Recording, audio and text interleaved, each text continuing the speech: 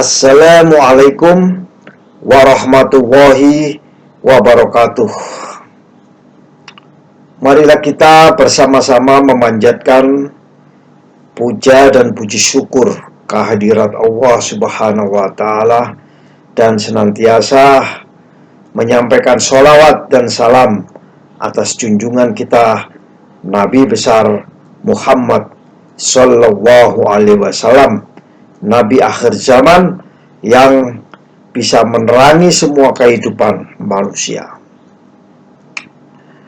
Hal ini saya akan berbagi perihal vessel traffic station yang selalu ada gangguan, atau dibalik gangguan-gangguan yang seringkali timbul pada stasiun vessel traffic service. Namun sebelum kita mulai sharing, alangkah baiknya untuk menekan tombol subscribe agar bisa mendapatkan kiriman sharing video-video dari santri tukang mengamati, yaitu lalu lintas kapal.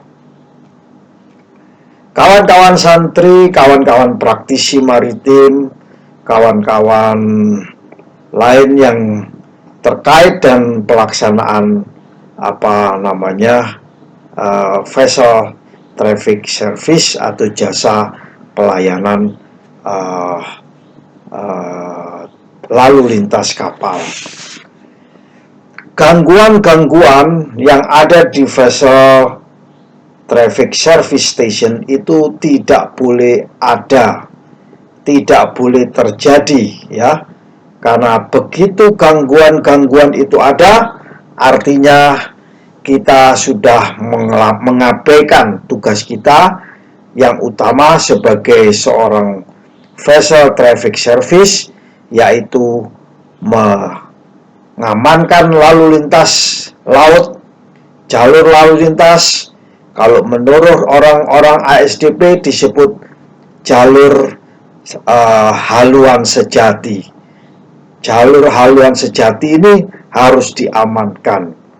Apalagi jalur haluan sejati ini ada lalu lintas melintas kapal-kapal dalam negeri, baik kapal-kapal luar negeri.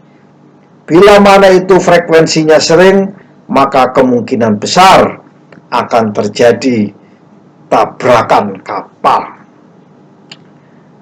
Jadi risiko tabrakan kapal ini biasanya KNKT akan melacak, tracing penyebab-penyebabnya, mencari what is the cause of the accident.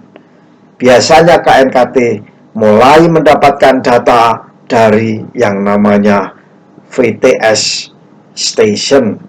Kalau di kapal feri milik ASDP adalah STC atau Ship Traffic Control Station.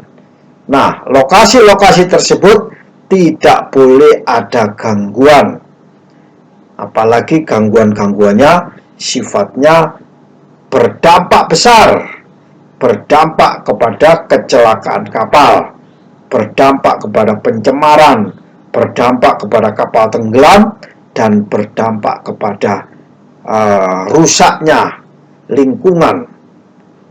Kapal tenggelam tidak bisa dilewati oleh kapal-kapal lain yang membutuhkan alur tersebut. Misalnya di Ketapang Gilimanuk, itu alurnya cukup sempit. Jadi kalau ada satu kapal yang tenggelam, maka bisa merusak jalur lintasan itu. Jadi gangguan yang ada di vessel traffic station atau STC center station ini harus tidak boleh terjadi.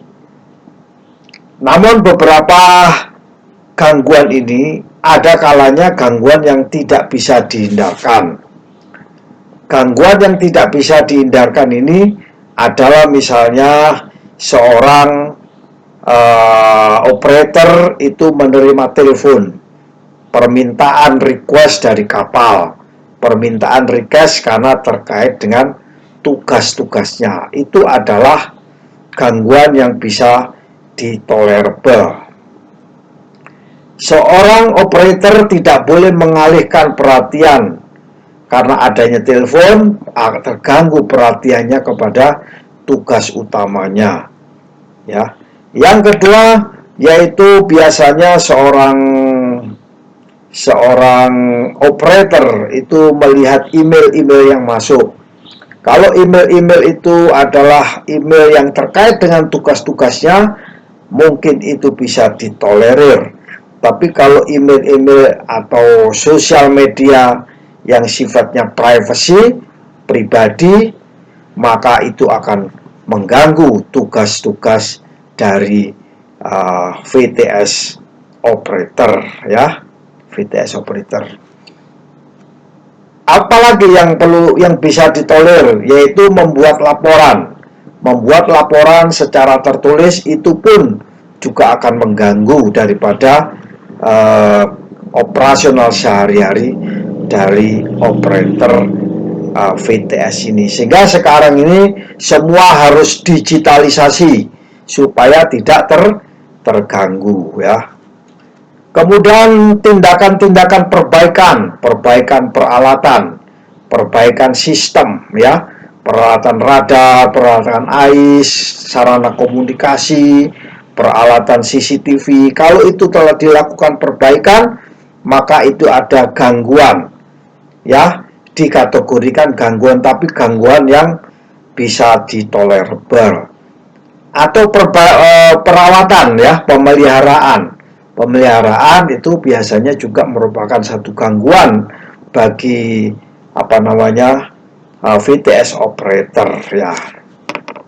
Kemudian ada lagi gangguan yang bisa ditoleransi, misalnya gangguan pengunjung dinas, ya, pengunjung di wilayah station control atau STC, Ship Traffic Control. Itu juga merupakan satu gangguan, namun bisa ditoleransi.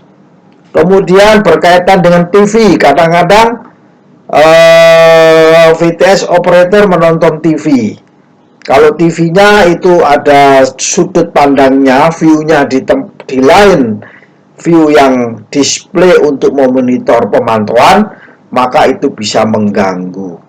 Nah, sebisanya untuk menghindari adanya hiburan-hiburan, ya.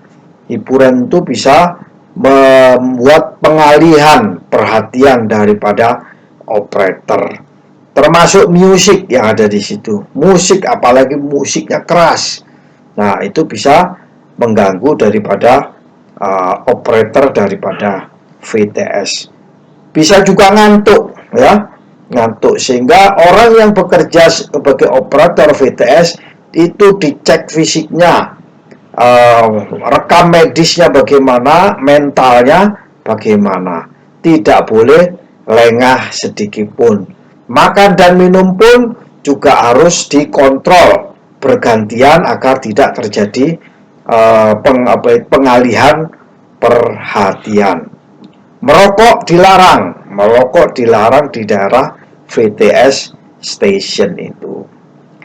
Ada satu hal yang tidak boleh dilakukan oleh seorang VTS operator, yaitu bila gangguan tersebut bisa mengganggu, membahayakan keselamatan kapal. Itu tidak bisa ditolerir. Bisa mengakibatkan kapal tabrakan, kapal tenggelam, kapal miring, ataupun kepadatan yang tidak bisa dikendalikan, kemudian kerusakan lingkungan, kerusakan infrastruktur pelabuhan, kerusakan seabed, atau kadang-kadang dermaga. Itu adalah kerusakan-kerusakan yang tidak bisa ditolerir. Lalu bagaimana cara menghindari adanya kerusakan yang tidak bisa ditolerir? Tindakan yang agar tidak bisa untuk menghadapi gangguan-gangguan yang tidak bisa ditolerir ini biasanya dengan menggunakan standar operating prosedur. Sehingga seluruh VTS yang ada di Indonesia, seluruh STC Center yang ada di Indonesia harus benar-benar memasukkan standard operating procedure dengan sebaik-baiknya, cermat, detail, dan komprehensif. Ikuti standar IALA dan ikutin standar IMO. Trainingkan orang-orang yang terlibat sebagai operator, ya. Tidak saja operator, supervisor pun juga harus di-training. Tidak saja supervisor, yaitu adalah manajer. Demikianlah kira-kira masukan dari kami tentang gangguan-gangguan yang ada di Vessel Traffic Center. Ada beberapa lagi tambahan yang perlu dimasukkan di situ, yaitu disiplin. Disiplin daripada operator, disiplin personel-personel yang ada di STC Center.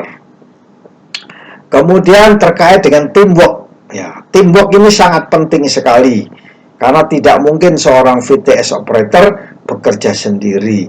Pasti akan ada bantuan, ya. Manusia ada kelemahannya, ada tingkat batasan maksimum yang dimiliki oleh manusia sebagai operator. Demikianlah, semoga sharing singkat ini bisa bermanfaat bagi kita semua.